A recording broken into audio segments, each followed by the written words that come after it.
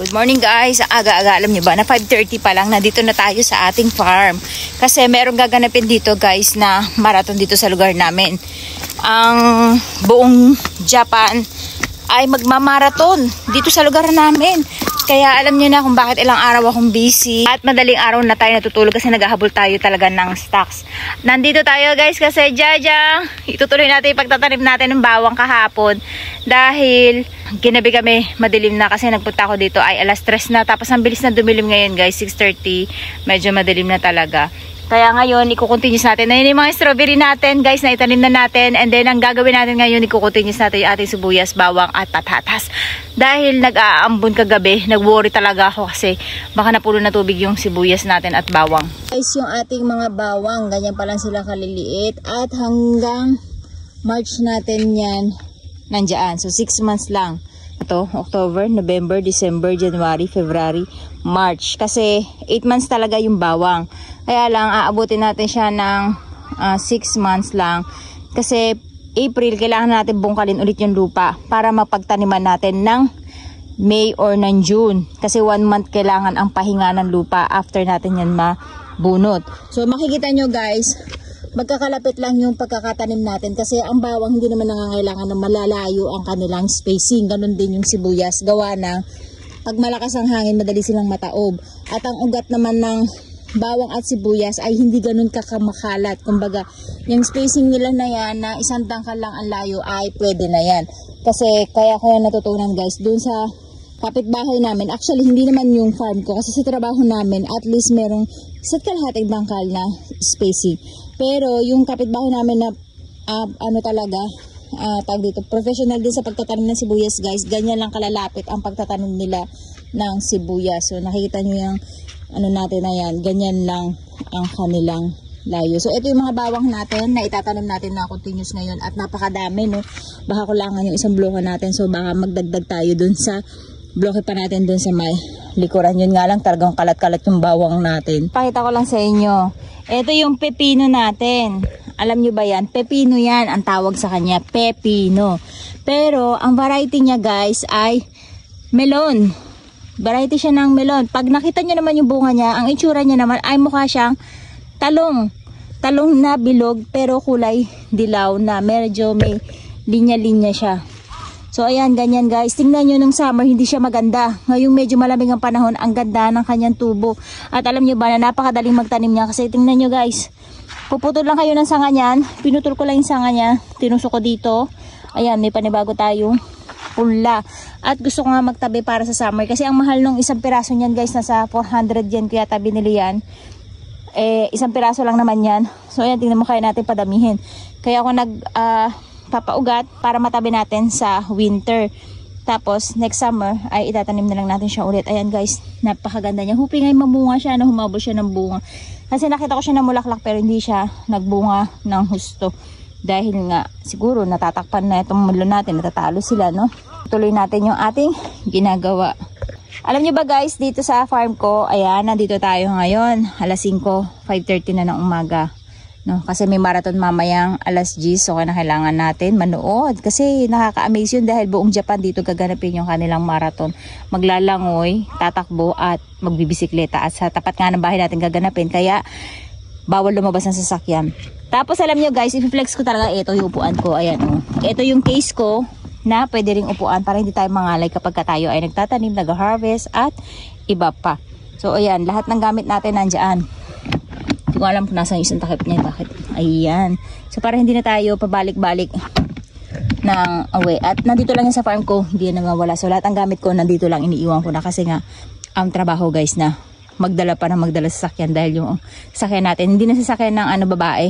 Sasakyan na magsasaka na adik sa farming kasi talaga naglulupa na. So ayan guys, kukontinuous lang natin yung ating bawang. Baka sibuyas pala dito kasi dito hindi masyadong mahangin dahil mas malambot ang tahon ng sibuyas kaysa sa bawang, kaya doon natin nilagay yung bawang, dito yung sibuyas. And then yung mga bawang natin iba baka doon. Kunin lang natin ating mga sibuyas. Sa sibuyas guys, hindi kailangan na malalim ang pagkakatanim. Nakapatong lang talaga siya sa lupa. Since meron na siyang ugat, kaya natin kailangan ibaon itong ating sibuyas. Okay. Napakadali niyang itanim guys pag may ganito na.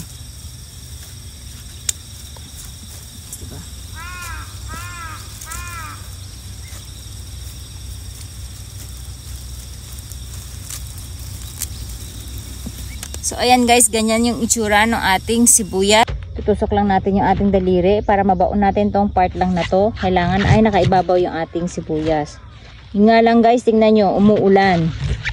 So isang linggo mag-uulan, kaya doon tayo nag-worry kasi ang sibuyas ayaw nang nababasa ang kanyang ugat, no? Nalulusaw sila sa ulan. Kaya yan ang kahalagahan din ng may plastic film para hindi sila nabababad sa ulan. So ganyan lang guys, at i-continuous lang natin yan buong area. Tapos yan guys, kahit umuulan ay kinontinuous lang ng lola mo dahil kinulang tayo ng pwesto, kaya naglatag ako ng panibagong mulch film doon sa kabilang area na nahalukan na ni Papa at binutas na rin natin. Pero hindi pa rin natin natapos yan, hanggang kalahati lang kasi nga ay inabutan tayo ng oras. So gano'ng kahaba yung pagtatanim. Guys, natapos na natin lahat yung nakikitang butas na yan. Lahat yan ay bawang. Ganon din dito sa kabila. Pero dito makikita nyo guys, hindi ko pa tapos yung kalahati kasi aalis kami dahil nga may marathon, so manonood tayo. And ang kagandahan guys nito, nakita nyo, nagpuputik. Kagandahan yan, kapag tumindi yung sikat ng araw, nawawalisan ko yan at magiging malinis ulit yan katulad dito. So ayan, nilinis ko na yan. Kaso kakalkalit to ulit ni Papa, kaya madudumihan siya ulit. Ganun din dun sa kabila. Kagandahan lang na may mat na ganito, tingnan nyo, hindi nagpuputik, hindi tinutubuan ng damo. Then dito ganun din, ayan. Nakita nyo may mga maliliit na sibol. So yung kalahati niya bawang, kalahati niya ay sibuyas. So ang konti lang pala ng sibuyas natin na yun lang siya. Anyway, madali kasi mabulok yung sibuyas, kaya okay lang na ganyan lang kadami yung ating naitanim. Eto, bawang lahat din yan. So yung bawang talaga hindi namin natin alam nyo kung bakit, kasi yung bawang talaga guys ang magandang gawing black garlic. At nabebenta natin. Syempre, yung sibuyas kasi madaling masira yan kung hindi nyo agad-agad magagamit lahat. Unless gagawin nyo siyang sukang maisili. At nangunguha nga ako ng ganito eh.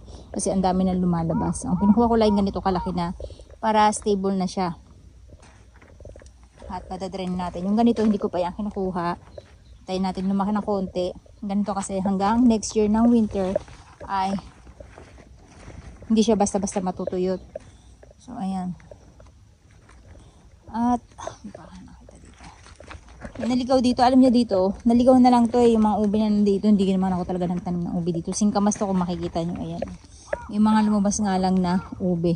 Kasi last year, ibig sabihin, dyan tayo nagtanim ng ubi at may mga nalaglag na, ano na lang, na mga pampunla ng ubi. So ayan, ito yung ubi talaga natin. So uwi na yung lola nyo guys, at yung mani natin, hindi pa natin na-harvest. No? So nalulusaw na sila sa sobrang ulan. Yung nga lang problema natin guys, maulan. And yung update natin ng ating sigarilyas, ayan, napakasipag nilang mamunga. Kita nyo. So titigihin na sana natin yan. Kaya lang ang sipag-sipag niya kasi ngayon pa lang siya nagbubunga. Ayan na, nakikita nyo ang sipag. Diba? Oh, ang dami. Next year baka di tayo magtanim yan kasi hindi naman tayo makain na. Ayan. Mga sitaw natin, buhay pa rin. Ayan, hindi ko nga lang siya nasisira pa kasi i-retouch natin yan guys. And meron tayong tumutubong ampalaya dito. Ito yung mga pinagtaniman natin na pipino, ampalaya, upo, patola at kung ano-ano pa. And then mga nalaglag na buto na lang yan guys. Ayun, humahabol pa, yung pa isa puting ampalaya yan. So pwede pa natin siyang talbusan, di ba? Pero mag-harvest na tayo sana talaga ng gabi. Ito yung gabi natin. Kaya lang wala pang time kasi yung lola nyo, lalo na kung darating si Luca bukas. So ibig sabihin, mas mabibisi tayo. Kailangan araw-arawin natin ang harvest guys. Ganon din yung sa kamote natin. So pwede na siyang i-harvest. This time hindi natin alam kung mayroon tayong ma-harvest na malalaking kamote katulad last year. Kasi nga ay same position yung pinagtaniman natin, ayun, doon pa rin sa dulo.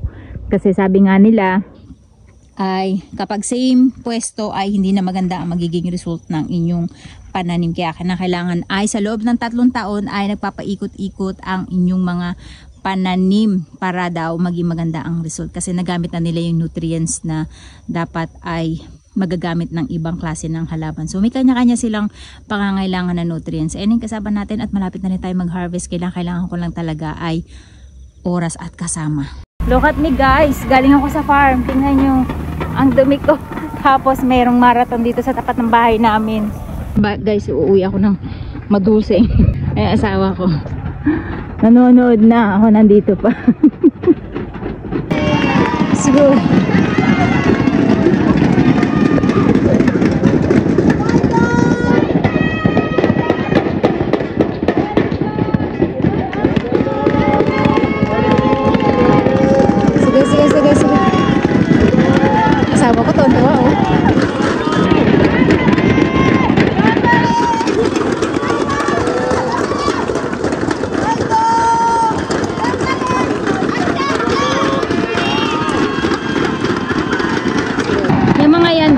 babae yan. Tapos mamaya yung mga palalaki. Ayan, dyan yung ruta nila. Kaya hanggang dito bawal dumaan yung sasakyan. Kaya sasakyan namin nandun sa dulo. Yan, final yan. Ibig sabihin, kasi mayroon lang nagmo-motorcade sa kanila sa likod. Eh, mga babae yan. Mamaya, mga lalaki alas 12. Siguro.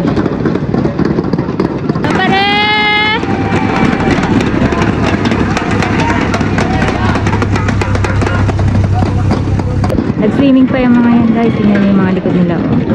Swimming sila, then takbo, then bicycle.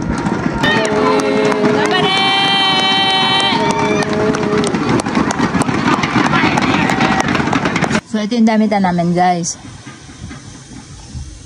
Magtupiin ko. Tapos padidinig nyo, may mga nag-cheer sa tapat ng bahay. Ito pa isang walk-in closet ko. Tapakan ng mga panlamig. Naghihimay ako ng mga panlamig, nilalabas ko na. So ayan guys, narinig na diba? Tapos gusto naman namin mapanood yung male contestant naman na magi-start ng alas 12 mismo. Dun sa main goal tayo pupunta. Na kung saan ay libreng sakay lang sila dito. Ayan, may service sila papunta at pauwi. Diba? Ang social. At hindi kayo sisiksikin. Ito yung malapit na dagat na lagi nating nilalangoyan. Kung makikita nyo yung mga video ko minsan pagka napupunta kami na Akira dito. And then pwede kayong kumain ng mga ihaw-ihaw seafood dyan.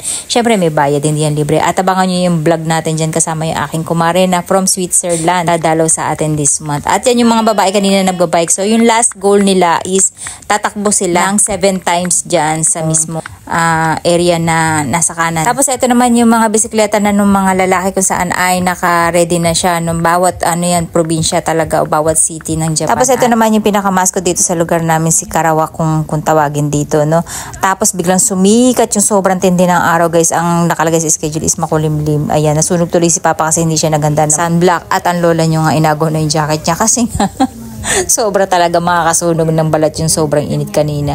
And then ayan, isa-isa na silang pinapakilala. At alam nyo ba nakakatawa dito guys kasi lahat talaga ay naka-ready na, may ambulansya na, meron ng ayan mga lifeguard na naka-ready na talaga sila, merong jet ski para mabilisan. And may mga bumbero na rin sa paligid niyan kasi kung sakali nagkakaroon ng problema at aberya, 'di ba? Meron ng mga nakahanda na rescuer. At ayan, nag-start na sila. So dito sabay-sabay sila magsi-swimming at 2 beses nilang iikutin yan guys. Grabe, nanonood lang ako pero kung i-imaginein natin, kaya talaga mapapashare ka kasi alam niyo kung bakit. Hindi lahat ng tao ay kaya yung ginagawa nila na okay, sabihin natin na kasalanan naman nila, nagpapakapagod sila, pero iba, yung lakas nila kakaiba, no? So yan, nakita niyo yung layo ng dagat na yan, 2 times pa silang umikot siya. Then after that, magbibisikleta naman sila. Imagine niyo yun, magbibisikleta pa, 2 beses silang umikot dyan, naglangoy, diba? Parang walang kapaguran. Tapos nagpractice pa sila dyan guys, ha? Bukod pa yung langoy nila, may mga pagpractice pa yan ng umpisa. Hindi ko na lang talaga sinama dito sa video at mapapahaba tayo.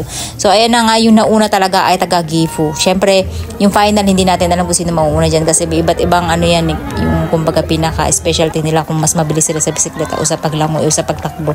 So ayan, magbibisikleta naman sila mula dito hanggang dun sa amin. Ewan ko kung anong layo nito, hindi ko basta malayo to guys, grabe. Tapos nung pagdating dun sa video ko kanina nung umpisa ng mga nagbabike na babae, yun naman sila ay 7 times naman sila iikot dun sa ruta, dun sa amin nakaruta.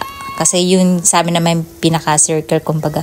So 7 times sila guys magbabike. At ang pinakamahirap dito sa area namin guys is bundukan siya. Kumbaga may pataas, may pababa. Pero more on pataas talaga. At ayan na nga, nag-enjoy kami ni Papa kahit nasunog na yung mukha ni Papa. And then after nilang makalis lahat ng mga nakabisikleta, bumalik na kami sa bahay kasi wala naman kaming gagawin na dun. So ayan, eto naman sila kanina na nag-start dun sa may goal. Eto na sila ngayon sa tapat ng bahay namin. So 7 times nilang gagawin yan guys, paikot-ikot sila dito. And then after that, babalik sila dun kanina dun pinaka goal, and then tatakbo naman sila. Ewan ko kung how many times silang tatakbo, pero sabi ni Papa 7 times din daw. So yun lang guys. Sugoi.